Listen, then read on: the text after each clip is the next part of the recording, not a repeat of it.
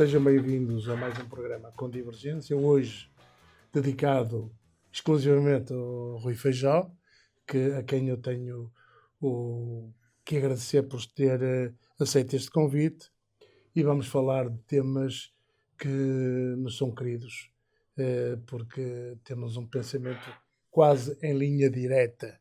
Não direi tanto, mas alguma coisa.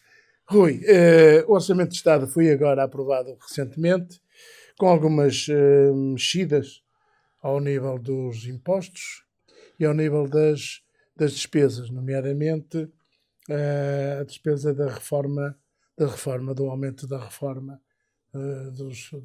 das pensões. Das pensões de quem está com uma situação mais débil em termos financeiros.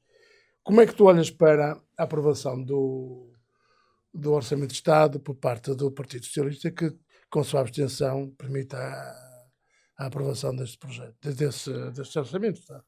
Ora bem, se a pergunta é sobre o Partido Socialista, a resposta é muito simples. Chama-se isto Realpolitik. É uma leitura da situação política que vai para além do orçamento. Não é uma apreciação do orçamento em si, é uma apreciação política, e é uma apreciação política desde que o nosso Presidente da República inventou uma regra e aplica uma regra que não está escrita na Constituição e que nem sequer tinha precedentes. Porque nós temos na política o que todos nós sabemos, é a Constituição. Mas depois também temos o que na ciência política nós muitas vezes chamamos de convenções. Temos hábitos, temos coisas que umas alargam os poderes, outras diminuem os poderes do Presidente da República ou do Governo. Não havia nem convenção nem Constituição. Foi criado de novo pelo Presidente Marcelo Rebelo de Sousa a ideia que, falhando um orçamento, há eleições.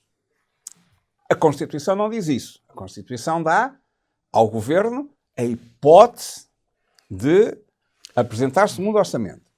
E ainda dá uma possibilidade que é um outro governo formado no mesmo Parlamento. Que poderia ser difícil, mas não é proibido. E, portanto, neste contexto em que o Presidente Marcelo fez o favor a António Costa de o apoiar, dizendo: se os meninos todos que são mauzinhos votarem contra, vamos a eleições e o seu primeiro-ministro vitimizado vai ganhar. Agora virou-se para o PSD e deu o mesmo resultado.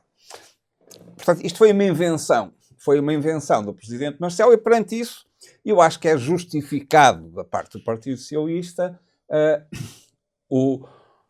a abstenção que teve. Eu, sobre o orçamento, diria mais duas coisas, se posso. Claro. A primeira é que é extraordinário ver numa Assembleia onde há alinhamentos políticos claros e uma divisão clara entre a esquerda e a direita, uma parte, a direita, estar toda de acordo sobre os fundamentos, a orientação estratégica do orçamento, e votar contra. E obrigar a esquerda, que está contra os objetivos estratégicos, a deixá-lo passar. Isto é uma situação... Mas é uma coisa... Uma negação da realpolitik, talvez. É uma negação dos alinhamentos e daquilo que é fundamental em democracia, que é a capacidade de negociar. Porque vejamos uma coisa. O Governo usou um argumento. Não. Quem pode fazer orçamentos é o Governo. E, portanto, não desvirtuem o que nós queremos. Mas a democracia tem regras.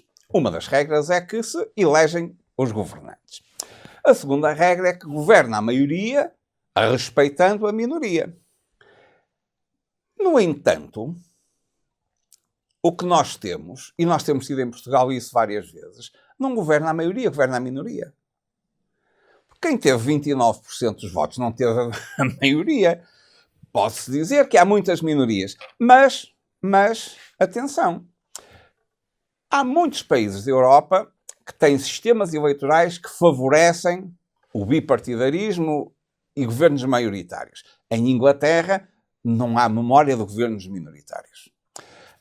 Nos Países Baixos, o que é a essência dos Países Baixos, da Bélgica ou da Itália? Governos de coligação. Holanda. Países Baixos.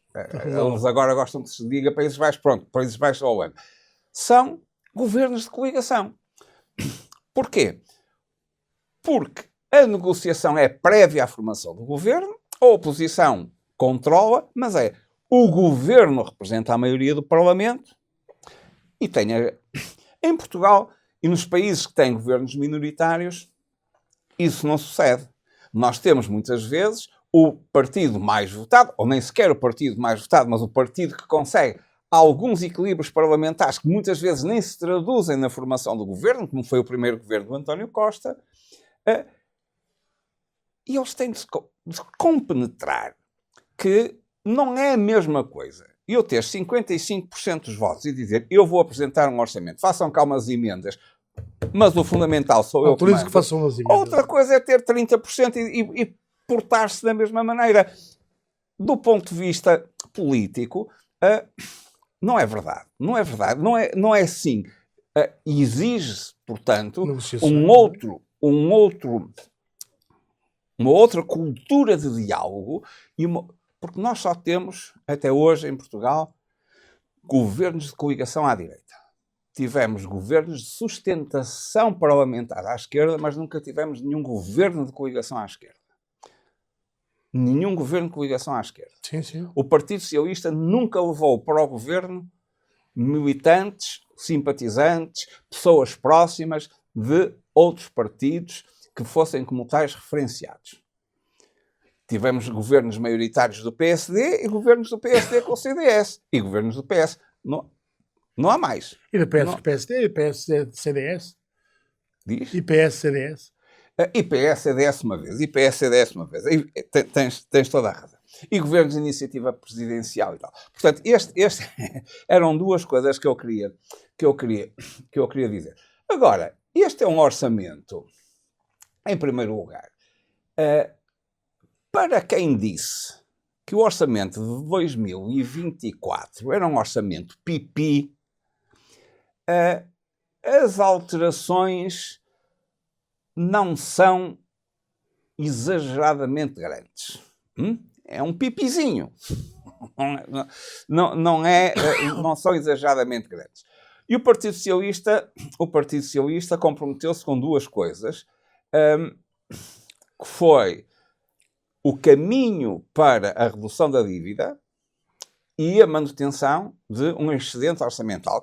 Que é fundamental, é a única maneira de pagar a dívida. Não? Agora, sempre foi claro que o Pedro Nuno Santos divergia, e a esquerda toda divergia, da orientação de Centeno e depois do João Leão e depois, sobretudo, do Fernando Medina, que transformaram isso na justificação para deixar cair a qualidade dos serviços públicos. E, portanto, eu tenho receio que este orçamento não vá ter um impacto muito diferente o resto. São coisas da pequena política, porque dar agora 1,25% a mais aos reformados, ou guardar isso na algibeira para dar na véspera das eleições autárquicas, para fazer um foguete, economicamente e financeiramente vai dar ao mesmo. Não sei se vai, não é? Quer dizer, é que em termos económicos há uma distribuição mais equilibrada ao longo do ano da procura. Evidentemente, não é? evidentemente. Do que dar no momento, dar só num determinado momento, o que poderá não ter esses efeitos, aquilo que a economia se chama os efeitos perversos até, porque não vão todos para a economia. Rui, mas agora, abandonando a questão do orçamento, que de facto tem muitas coisas onde se pode falar, mas acho que já a maioria de todas as coisas estão faladas. Portanto, há um problema subjacente a este orçamento, que é um aumento significativo da despesa e uma redução significativa da receita, porque o IRC, a baixa do IRC traz uma redução da receita bastante elevada. E se tivermos continuidade a esta redução do IRC ao longo dos anos, bem com o aumento da despesa, se houver uma crise económica, que parece-me que não estamos muito longe, não direi em Portugal, mas na Europa, e a Alemanha como motor da economia está hoje em crise, a própria França está em crise, pode-nos trazer alguns problemas nos anos subsequentes, 2025, 2026, por aí fora. Mas isso são outras questões. Há aqui uma coisa que eu gostaria também de chamar à colação a esta conversa. Como é que tu vês esta nomeação da eleição do António Costa para Presidente do Conselho Europeu e os efeitos da eleição de Trump neste confronto de lógicas? Já sabemos que o Trump tem uma posição sobre a Ucrânia, sobre a guerra na Ucrânia e sobre a guerra de Israel. Sabemos que o António Costa foi ontem à Ucrânia participar um bocado no apoio que a Europa irá dar à Ucrânia. Como é que tu vês este jogo em que a Europa está metida? Ora bem, porque em termos militares a Europa está muito fragilizada. Pois, a Europa, eu penso que a Europa está duplamente fragilizada no contexto internacional. E está duplamente fragilizada por duas razões. A primeira é porque, do ponto de vista dos equilíbrios militares, a Europa viveu numa entente, num entendimento estrutural com os Estados Unidos e não leu bem as consequências que o crescimento da União, de um núcleo de 6 países para 27, o seu peso, o seu alargamento, tudo isso despertaram cobiças e tornaram-no um agente económico muito mais poderoso. E, portanto, militarmente, a Europa não tem capacidade. E as poucas capacidades que tem, por exemplo, infelizmente, isso vê-se no armamento atómico, só há 2 países com armamento atómico. Um na União Europeia, que é a França, outro fora da União Europeia, que é o Reino Unido. E a coordenação com a saída do Reino Unido da União Europeia, essa coordenação foi abaixo. E tem, portanto, uma necessidade imperiosa. Tem uma necessidade imperiosa de olhar, neste momento, para leste e ver que há um perigo real. E ver que há um perigo real. Não é um perigo potencial, é um perigo real que está nas fronteiras. E, desse ponto de vista, a nomeação do António Costa tem algum sentido. Porquê? Porque, se vires bem, a nova comissão chefiada pela Ursula von der Leyen foi buscar a alta representante para a política externa, aonde? À fronteira da Rússia. E o novo cargo, há um novo pelouro da defesa à fronteira da Rússia. Um é Letão, outro é Estónia. Ora, é preciso também ponderar e equilibrar. E o António Costa tem condições para, de alguma forma, representar uma Europa que não está muito perto dos canhões, não é? Estamos um bocado longe. A gente ainda se lembra quando aquela senhora que foi candidata a vice-presidente dos Estados Unidos, a Sarah Palin, que era governadora do Alasca, dizia que o Alasca estava mesmo à União Soviética, porque a União Soviética era a 20 km, mas era no fim do mundo, não é? Era no fim do mundo. Não, ela não estava na frente de guerra, a frente está completamente... Está completamente. Alasca é uma dimensão... Portanto, desse ponto de vista, a Europa está debilitada e precisa de encarar a questão da defesa em termos mais energéticos, mais enérgicos. Achas que o Trump vai fragilizar a NATO. Acho. Claramente. Claramente vai fragilizar a NATO, vai testar a NATO. Eu li, estive nos Estados Unidos há uns meses atrás e comprei o livro do homem que foi o National Security Advisor, o John Bolton, que é um falcão, que é um falcão, um tipo muito à direita, mas diz o que ele conta, chama-se The Room Where It Happened, a sala onde tudo acontece. O caos, a capacidade do Trump se desdizer, de dar uma ordem e uma contra-ordem em 10 minutos, de ouvir coisas que ninguém lhe diz e não ouvir o que se lhe diz, ele vai... pessoalmente, é que é um dos casos em que o homem, como o Napoleão, como o Hitler, o homem tem um papel muito importante e ele é um papel destruturador de tudo quanto tem à volta. Esse é o problema que vamos ter que viver. Claro. Aquele, de facto, é o contrapoder do poder, não é? Pois. A segunda questão pela qual a Europa está fragilizada é que a necessidade de olhar para o setor da defesa. O setor da defesa é também um setor produtivo, é um setor tecnológico, é um setor de investigação. Portanto, não é só um setor de dar tiros. Portanto, ele tem uma componente industrial positiva, de alguma forma. Se não formos comprar todos o armamento americano, tem uma componente de fabrico, de desenvolvimento, que pode ter aspectos positivos. Mas como é que a Europa vai financiar isso? Há duas maneiras. Uma é cortando em políticas sociais. Outra é fazendo como fez com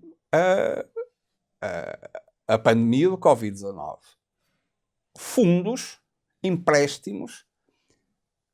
Mas há países que estão contra esse... Pois há países que estão contra isso. Mas qual é a alternativa? Cortar nas políticas sociais? Bom, há outra hipótese, que é a contribuição de cada país para a União ainda é muito baixinha. Sim. Aumentar. Mas se os países aumentam a contribuição para a União, descalçam-se em casa. Claro. E, portanto, isso é um círculo vicioso. É um círculo vicioso. E, portanto, politicamente, a Europa está fragilizada pelos dogmas neoliberais. Eu acho que, acima de tudo, está fragilizada porque não tem uma orientação, uma linha orientadora. A Europa tem uma linha orientadora que é errada. Que é uma linha orientadora errada, porque reparem uma coisa. Se nós formos ver quem foram os países que mais cresceram no mundo nestes 25 anos, 24, 25 anos, nós não vemos os países europeus à frente. Vemos a Irlanda a fazer bem, vemos alguns países de leste a fazer...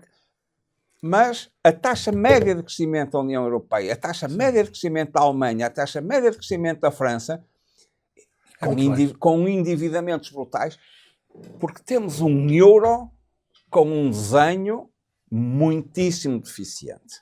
Temos um euro que foi desenhado para apoiar a Alemanha e que se virou o feitiço contra o feiticeiro, e neste momento é um dos elementos estruturalmente limitadores da capacidade da Europa.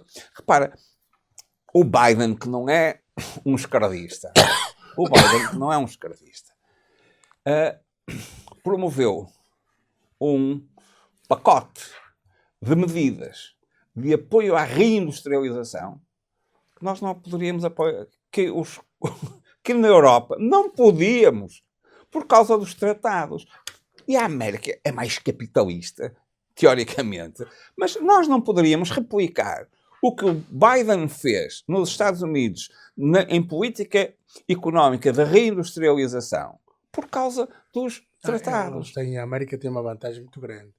E eles podem imprimir moeda um bocadinho sem controle. Porque ela é moeda internacional de trocas e, portanto, a dívida americana está espalhada pelo mundo, não é? Mas, Os petrodólares... ok, está por aí. Mas há uma coisa chamada ajudas de Estado. Sim. Que nós aqui sabemos, ajudas de Estado é mais ou menos uma bênção de Satanás. O que é o programa americano de apoio ou da China, não é? Ou da China de apoio à reindustrialização, não é? Quando nós vemos aqui uma discussão sem sentido nenhum entre um governo que diz, nós temos 4, 5, 10 clusters em que temos vantagens comparativas, vamos apoiá-los. E gente que diz, não senhora, eu e os meus amigos e a minha empresa é que digo o que é que quero fazer. Quero continuar a fazer sapatos como o meu avô. É para isso que devemos dar o dinheiro. Quer dizer... Acho que a Europa perdeu a guerra da inovação, não é? A guerra da inovação está a ser perdida para a China. Sim. E, por exemplo... Para os Estados Unidos, que na China é o maior... E para os Estados Unidos. Veja-se que a China, hoje, no ranking das 100 melhores universidades, tem 30. A Europa tem 7. Está tudo dito, não é? Está tudo dito. Há 50 anos, a China tinha 0. Esse é o problema. O problema que nos está... Não, é o problema que está... Porque estes são... A Europa deixou de investir, estando sempre ligada à NATO, deixou de investir no seu próprio desenvolvimento em termos militares. Porque como tu disseste bem... não foi só militares. É o desenvolvimento tecnológico, industrial, que está sujeito. Eles parecem que querem pegar alguma coisa. Cai tudo. É ajudas de Estado que não podem ser dadas. É intervencionismo. É não sei o quê, não sei o que mais. O mito neoliberal da autorregulação do mercado com uma moeda disfuncional não ajuda nada, não é? Não ajuda nada. E desse ponto de vista, e politicamente, eu acho que as pessoas... O Bill Clinton ficou famoso por ter posto um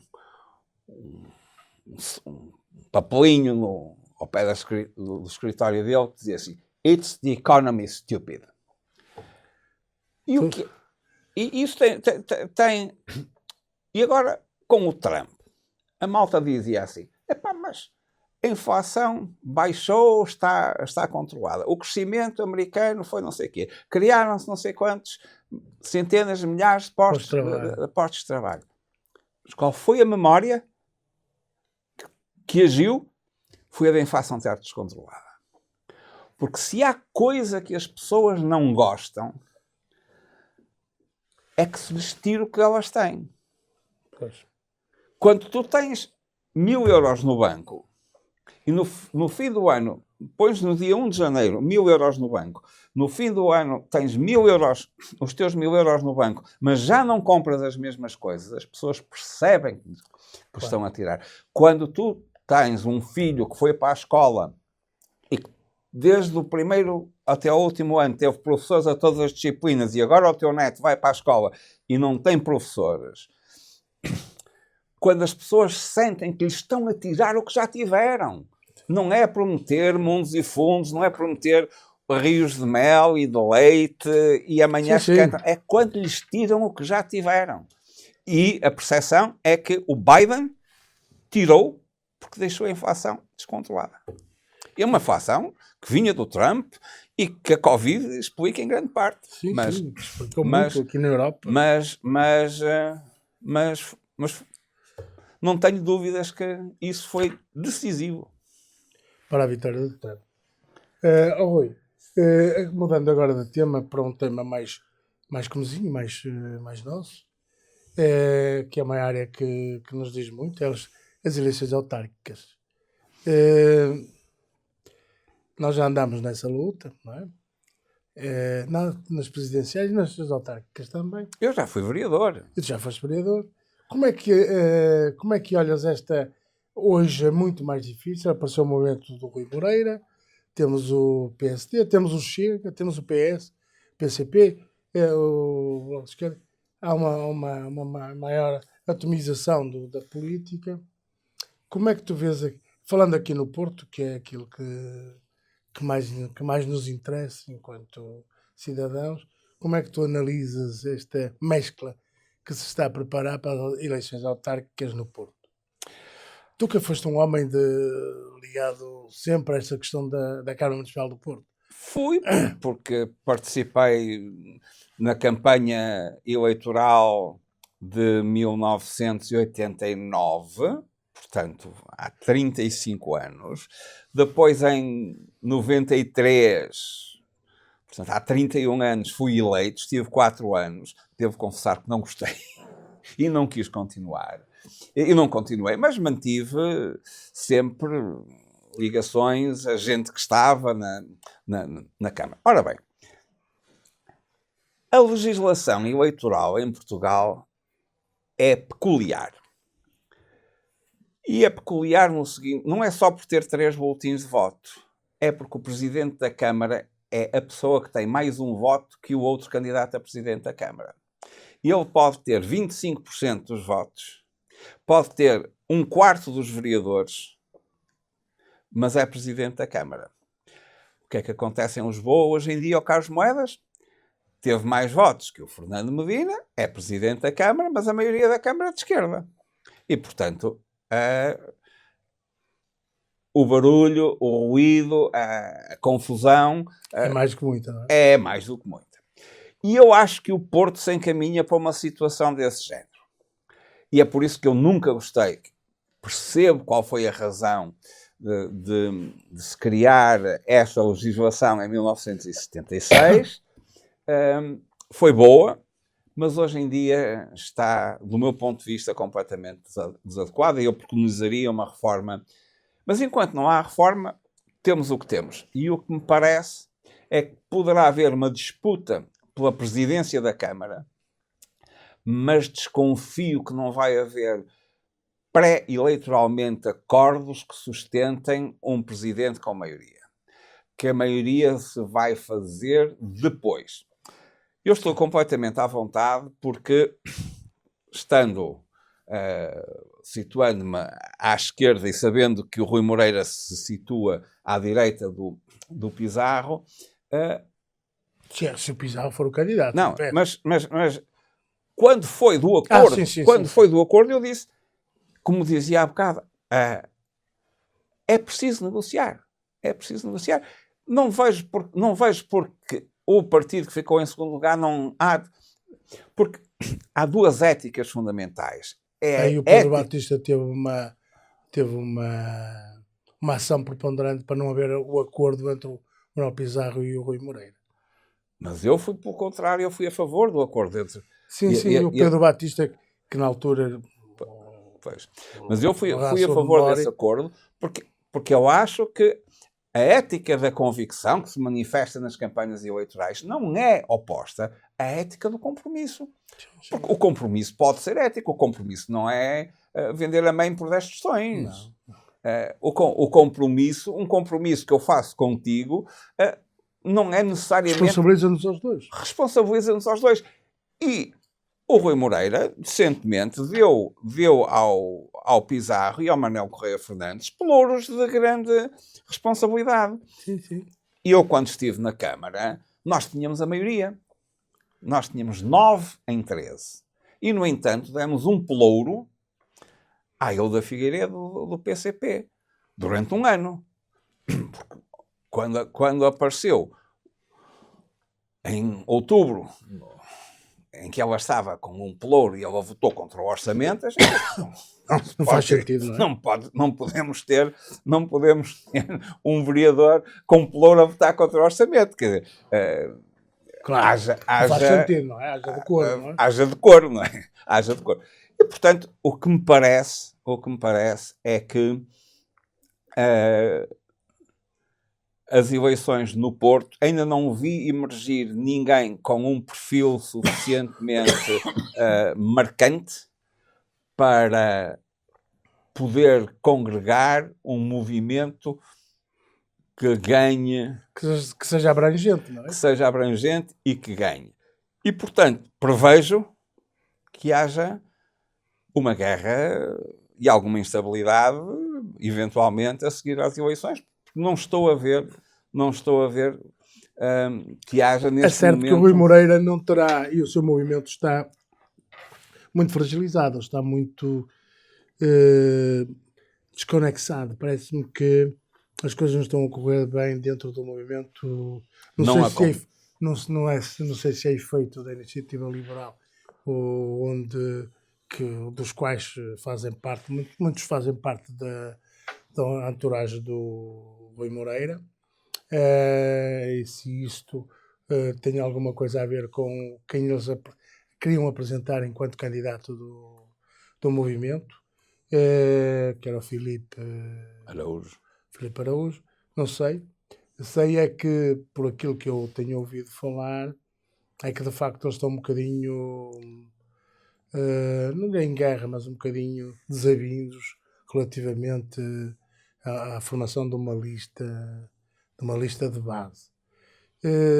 Portanto, haverá ali possibilidades do Partido Socialista apresentar uma candidatura ganhadora, ou até o próprio PSD apresentar uma lista ganhadora. Eles estão a tentar que o Paulo Duarte seja o candidato e o gajo reconhece, o gajo tem alguma notoriedade e tem algum conhecimento. É um homem do Porto, mas o Manuel Pizarro, o maior sonho dele é ser o Presidente da Câmara. Mas como nós dizíamos há bocado... Nem sempre o sonho que manda a vida, não é? Não é só, não é isso. Há duas versões portuguesas, os otimistas e os pessimistas. Os otimistas dizem, às 3 tem vez. Os pessimistas dizem, não há 2 sem 3. Eu estou cético. Mas sou amigo do Pizarro, mas estou cético. Não, aliás, quer dizer, nós falamos do Pizarro, mas haverá outros candidatos. Não, repara uma coisa, eu acho que uma das coisas terríveis na política portuguesa, e não só na política portuguesa, é que alguém que vai a uma eleição e perde é normalmente imediatamente posto fora. O Sr. Mário Soares ganhou e perdeu eleições quantas vezes? Sim. E o que o tornou um grande estadista foi ter ganho e perdido. E saber perder. Sim, ganhou e perdeu. O Churchill... Sim. Ganhou a guerra, perdeu as eleições a seguir à guerra, ganhou as eleições outra vez 5 ou 6 anos depois. E eu admiro quem tem essa coragem e essa fibra para ter perdido 2 vezes e ir a uma terceira. Mas acho que há um certo desencantamento e uma certa falta de rostos naquilo que se chama a classe senatorial, as pessoas que têm assim um peso acima dos outros, parece que têm um peso.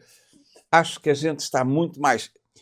A popularidade do Almirante, a popularidade do Chega, é sinal que as pessoas querem diferente. Já estão bastante chateadas, já estão bastante cansadas, não é?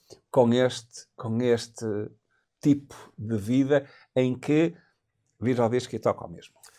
Mas tu achas que o Almirante, já agora que me falaste no Almirante e nas presidenciais, achas que o Almirante, do qual não se conhece um único pensamento, uma única ideia política, um único desenvolvimento do que é a função do Presidente da República, que poderá ser... tudo pode acontecer, mas que poderá vir a ser um candidato ganhador? Eu diria uma provocação. Quanto menos se souber, mais hipóteses ele tem. Quanto mais ele falar, mais se vai enterrar. Se calhar. Porque quando há uma pessoa cujo pensamento a gente não conhece, mas tem uma apresentação simpática, a gente tende a projetar as nossas próprias ideias nele, não é? O gajo, se calhar, até era capaz de fazer aquilo que eu faria. Nunca disse nada contra, nunca disse nada a favor, nunca disse nada contra. E portanto... Mas não será o momento zero da política? Mas isso, quem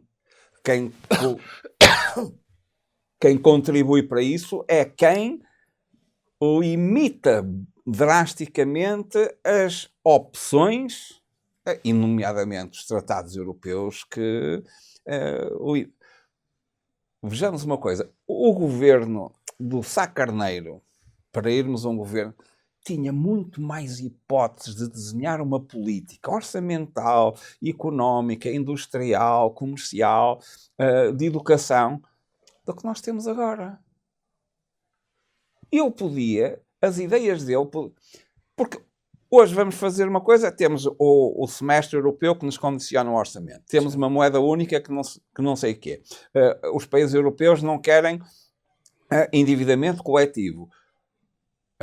Oi, mas há aqui uma coisa que nós temos que refletir sobre isso, não é?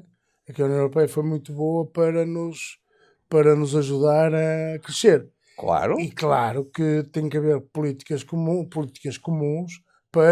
ou políticas que não sejam agressivas relativamente à União Europeia. Eu costumo dizer que o nosso problema foi, quando aderimos à União Europeia, o modelo de desenvolvimento económico não passar pela indústria, não passar pelo fazer.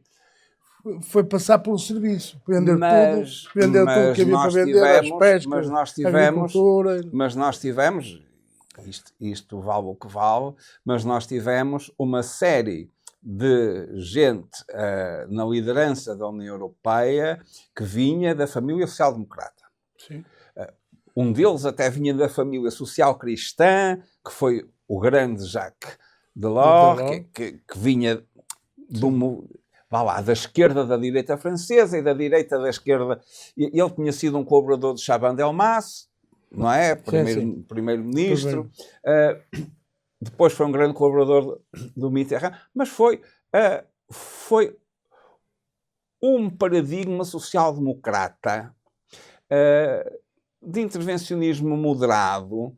Podia-se fazer coisas que hoje não se pode fazer. O que é que nós fizemos aqui no Val do Ave? O que é que a Elisa Ferreira fez no Val do Ave? Que hoje, ela hoje não podia replicar o que fez no Val do Ave.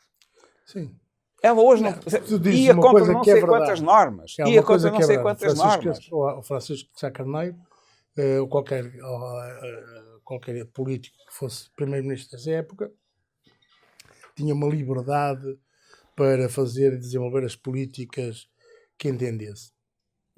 Após a integração, havia um certo condicionamento, até porque estavam subjacentes à aceitação de políticas comuns. Não é? Portanto, não podiam fazer... Agora, o problema de Portugal, para mim, foi o modelo de desenvolvimento não teve a ver com as nossas necessidades, teve a ver com os condicionamentos. Mas poderíamos ter feito mais e melhor. Pois. Mas para, os últimos presidentes da Comissão foi o José Manuel Durão Barroso, a seguir veio um senhor francês, que agora não me recordo o nome do senhor. Não. Era o luxemburguês. Era o luxemburguês que andava sempre nos copos. Depois depois é que veio o francês, que acabou agora, que vai ser substituído pelo António Costa. Não, este era... Não, não digo na presidência digo da Ursula von der Leyen. Portanto, foi a Ursula... Antes da Ursula von der Leyen... Não sei, não me lembro. Pronto, já não me lembro quem é que esteve... Mas tem vindo... Porquê? Porque a partir dos anos 90, a direita passou a ganhar e a ser muito mais sectária, muito menos flexível do que a social-democracia tinha sido quando era maioritária na Comissão. E hoje a flexibilidade das políticas europeias... Acho que tocaste no ponto central do andamento da União Europeia, que é o sectarismo que a direita traz para... E o que é que a Ursula von der Leyen fez? Abriu à direita. Sim, sim. Veio gente da Meloni. Sim, sim. Veio gente do Orban. Aliás, que é hoje o líder da União Europeia nas presidências rotativas, não é? Nas presidências rotativas, e faz cada uma que valha-nos Deus, não é? Faz cada uma que valha-nos Deus. Ora bem, muito obrigado por estares comigo. Obrigado, foi uma conversa. Foi uma conversa. Este cafezinho sem café. Sem café. Podíamos ter trazido um café. Até uma próxima. É sempre bom estar aqui convosco. Muito obrigado.